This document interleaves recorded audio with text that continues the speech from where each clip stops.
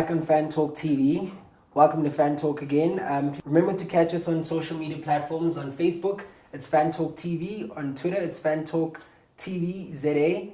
And on Instagram, it's Fan Talk TV. Gentlemen, we're looking at David De Gea and Wayne Rooney. What are their futures at the club? For me, that's fine. Rooney must go. Like, I think we've held on to him for too long. I personally would have loved, if you're still, informed, for him to stay at United, and obviously finish his career at United. But I think personally for him, it would be good for him to actually, because he's still young, he still have a good 3-4 years to play. But I don't think he will be able to play at the level of United. And I think he's lost the confidence as well. So I think, he should go, and we should. Well, from my side, Rooney, yes, he should go, but he hasn't yet gotten a proper send-off. So you get, look at the way Drogba was sent off, Terry was sent off. People literally did a guard for him, for Terry when he was substituted. So I feel for Rooney, he needs to have that. And the only way that he's going to have that is having another season. He lingers around and then he gets a testimonial and all those things. So I think they're going to give him another season. I think, as MJ said, listen, I honestly feel as though with Rooney, there's still more for him. It's just unfortunate. Just not at United. I don't even know what it is. I just know that with Mourinho, he likes mind games. That's what he loves, and he's not being played. He obviously that's an impact on one's confidence. The fact that you're not being played, at the same time you're being given the number one captaincy, yet you're not being played, which doesn't really make sense. It's like it's like a mind game. It's like you're the captain, but I'm not playing you. And there's a lot for him in the team. I think he's still vital. I mean, there are times whereby, I remember in the beginning of the season, where the team was a goal down, or they needed a goal, or the team was somehow staggered from attacking and defending. But when you put him in the pitch, all of a sudden the players come alive. They know what to do. They're all in front. It's like the team still has that thing when he's in the pitch. So I think he's still vital. He's still a valuable player in Man United. I would love to see him play until he ends his career in Man United. But if he does go to China, they've given him a lot of money. 200 million rather. Yeah. That's a lot. I think there's still a lot for him, but I think his heart would want to stay in Man United. Personally, I think he's had his time. What needs to happen is that he needs a testimonial as a send-off, but at United, that's it. Yeah. And David? David is still world class. If he does go, like whether he stays or goes at this point, because we found our new goalkeeper, I'm happy with him. He's done what he needs to do. If he happens to go to Madrid or wherever he does go to, perfect. Because Romero. I think Romero's solid. We'd have to find someone else if David does go. There's nothing else. We can't hold him if he wants to. If he's not happy, he must go. We just need to find someone on the bench. Yeah, because I think personally, I'm really sick of this back and forth. We all know that David wants to go back to Spain. So it's that thing that even if we sign him again on a 2-year, I think it's more conversations than anything. Just settling him and getting his mind at ease, because there's no contract extension that is expected anytime soon. It's just him being settled. And if not, he should go, because we need people that are focused. That have the heart at the club. And I think also, for me, one of the things that kind of sends signals to actually show that, he might actually be on his way out is the final, against Ajax. That was a very big, game. And that was, a lot was riding on that game. And I actually thought Mourinho was going to play, De Gea over Romero. But he didn't do that. He still kept Romero in goal. So for me, that was a sign to actually just show him that, even if you go, we're still fine without you. And for me, I'm happy for that because I think we need stability in that regard. We can't have this, we're not sure if he's going to stay, if we gave him one more season, but maybe next season, if he really wants to go, if his heart wants to go, I think we should let him go. Yeah, it would be great to keep De Gea, but if he doesn't want to be at Manchester United, then so be it. Let him go. And we've got, at least it just shows that how tactical Mourinho is. He put in Romero. It's like, dude, De Gea wants to leave. Prove yourself in Europa. He proved himself. He played in the final. That's good. So he will stay. That's trust and consistency. He is. Yeah, so for the club. Yeah. So I think with that. So when it comes to your games of the season, because there's 3 games for me that stand out. It was the Chelsea game, not the 4-0, the 2-0. It was that 0-0 at Anfield when we played Liverpool, and they were red hot at that time. And then it's this game against Ajax that put us in the Champions League. Out of those 3, I'd say for me the importance of it was the Ajax game. Which was your game of the season? I mean, I'd personally say Chelsea. They shut them down. They shut them. Chelsea was they had no game plan.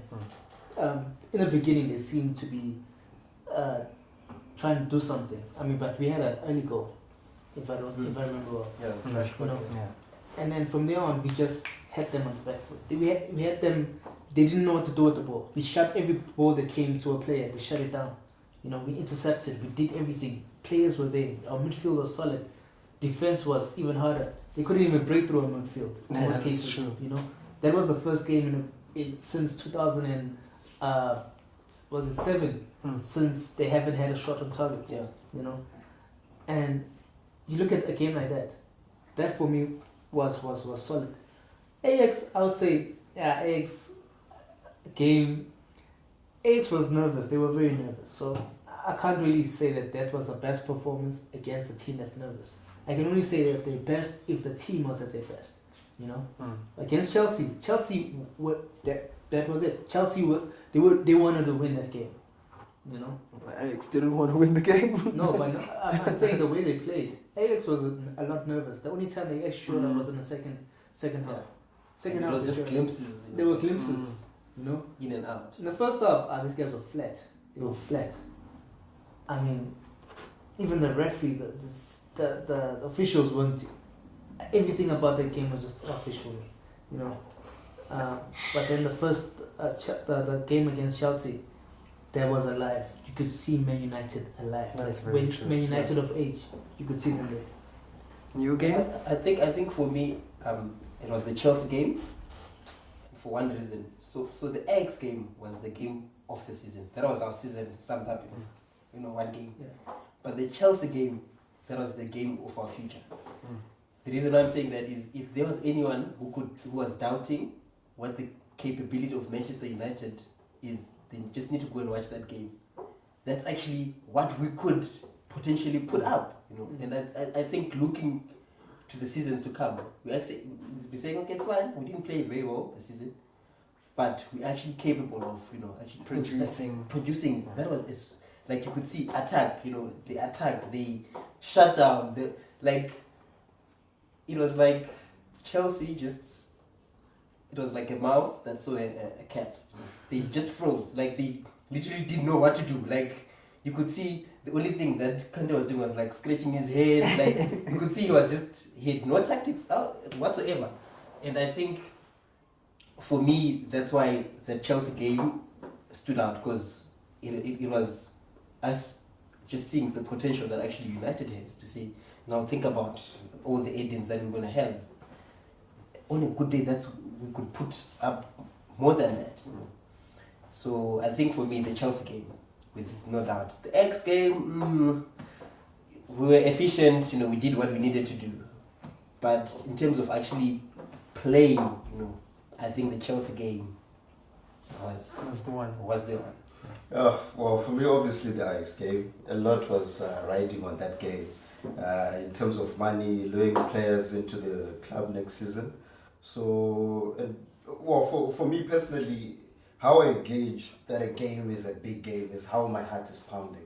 So Then you said then I know that okay, this 85 minutes. stakes are high. It's a big game, and for me, 85 minutes, even when we're 2 goals ahead, my heart was throbbing.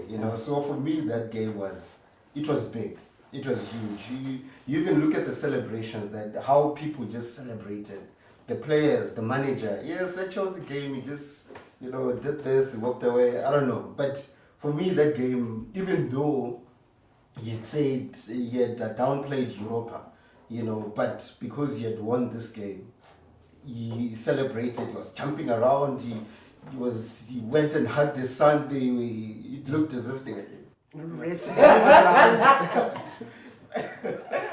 But yeah, Ajax win. That was my best game so far. Okay, fellas, our goal of the season. Who would you pick? Mickey's goal, the back heel. I agree with that. I said it was the goal of the season. He was slightly offside, but I'd say that's the goal. The closest one was probably that Pogba volley. Because when you look at the ball, I think for me that was the goal of the season. that was your goal of the season. Because it was not offside. It can really contend with the. Nah, I just think the Pogba one, the volley from that angle, the way he actually positioned himself. It was the execution. Like execution where it actually swiveled up. It was And the he meant ball it. went that way, but the ball was spinning this way. But I hear that, but I'm saying the complexity of the Mickey's goal. Mickey's goal.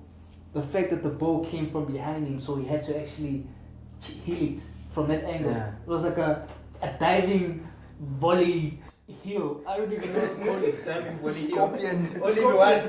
It was like some crazy scorpion thing. That was. You could see what he was trying to do there. You could see that that was intentional. It was intentional. Yeah. Well, yeah, for me, Mickey Scotland, that was the Yeah. greatest goal for the season. Yeah. Okay. Gentlemen, looking at the 2017-2018 season, if we had to quickly pick a starting 11, and we're going to say David is going. Let's say David is going. We've got Romero in goal. Yeah. Right back, Valencia. Valencia. Yeah. Obviously, We agree. There's no. Our 2 centre backs, Eric Obvious. Bailey, obviously. left back. Left back, I'll say Patrice Evra. You want this? You're bringing it at 35-year-old next season. He's turning 35, right? You want him back playing left back, and he was being left back. Yeah. Was trekking back before he left. Yeah, he was left back. I think- Evra. You say Evra. Okay, there's. I think we need to get another one. I don't know who. I don't have anyone in my mind. But I also think there's a boy who played against Crystal Palace, Mitchell. Yes. I think we should groom him up.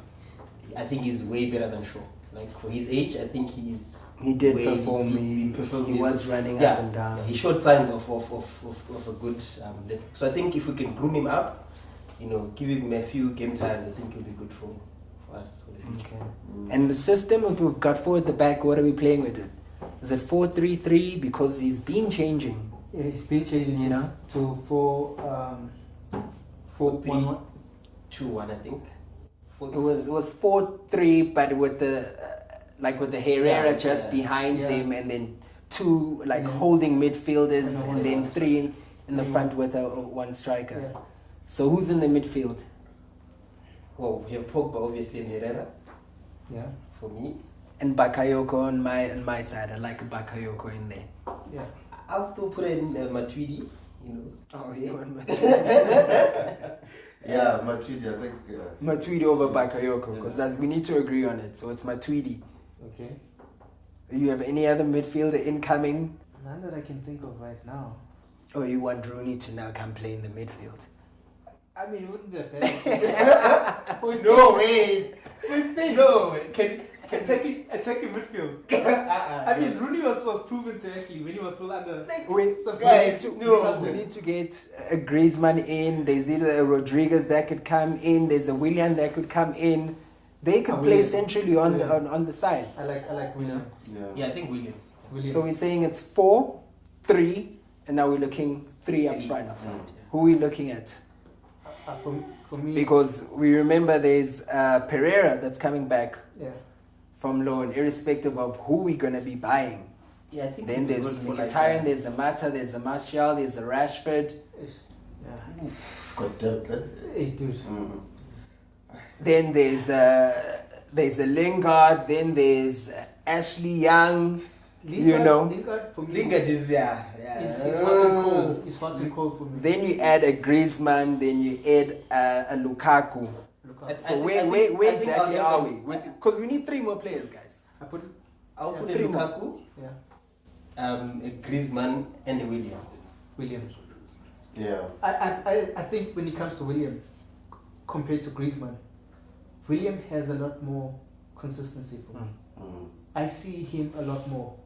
Like, that's why when you look at Chelsea, you'd have Hazard that you think about. Now, if you have William on top, you have Hazard and William who happen to be as fast, maybe the same speed, they're equally fast, perhaps. I think I'd agree with that one just because I want him to settle in quicker. Because he already knows the English Premiership. I don't need a Griezmann to go through a Pogba situation for paying a high price. Yeah. What are you saying? I think I'll still go for strike. I still think a Lukaku would do. I think he's strong, big build. Yeah. He's So proved himself. It's Lukaku. Lukaku, And then who's on the sides? William, and Griezmann, Rashford, William. Those are our 3 guys attacking. Speed. Yeah. Speed from those guys to William and Rashford. That's just speed. I think I would actually put Rashford on the right. Put Rashford on the right. On the right, and put Lukaku on the. On the left. No, The thing Lukaku is- on the On the center. on the center, and But- then William on the side. But the You thing still get is- the speed. And Yes, but Rashford has been Saliba. more effective on the left. True actually. And William as well. He's More effective on the right. on the right. So if we Yeah. switch them, Yeah, it creates a little bit of an imbalance. But if you put William and Rashford there, bruh, the speed there is just a lot. It's gonna be good. And have Griezmann. So if you know that if Griezmann is having a bad day in office, maybe you push Rashford, at the center, or they just link up and switch. That's true. Yeah. But So- for William, and I think, if you look at the way he was snatched from Spurs, because William initially was supposed to Go to Spurs and then he was brought in Maricao, from and- Chelsea. So I think for William, and he performed when everyone else was flopping at Chelsea. So Mourinho, he needs that. He needs that type of player. So I think William we might get. We will get. And then James as a number 10, they've got the same agent, hey? Jimenez, yeah. So that's another player that's also unsettled in his club. He might come. Willian as well is not getting enough game time. So we can take advantage of those 2 guys and put them, and they're world class. Very true. They're world class. I think, genuinely, what you've mentioned is an ideal starting 11. Any coach would love to coach that, and we've got Mourinho to do it. So you at home, you let us know what your starting 11 would be. And yes, thank you for joining us today. Catch us on Twitter. It's FanTalkTVza. On Instagram, it's FanTalkTV. Facebook is FanTalkTV. And also you can catch us at info@fantalktv.co.za. Thank you very much for joining us today. Gentlemen, thank you. Thank you. United. Yes. Yeah.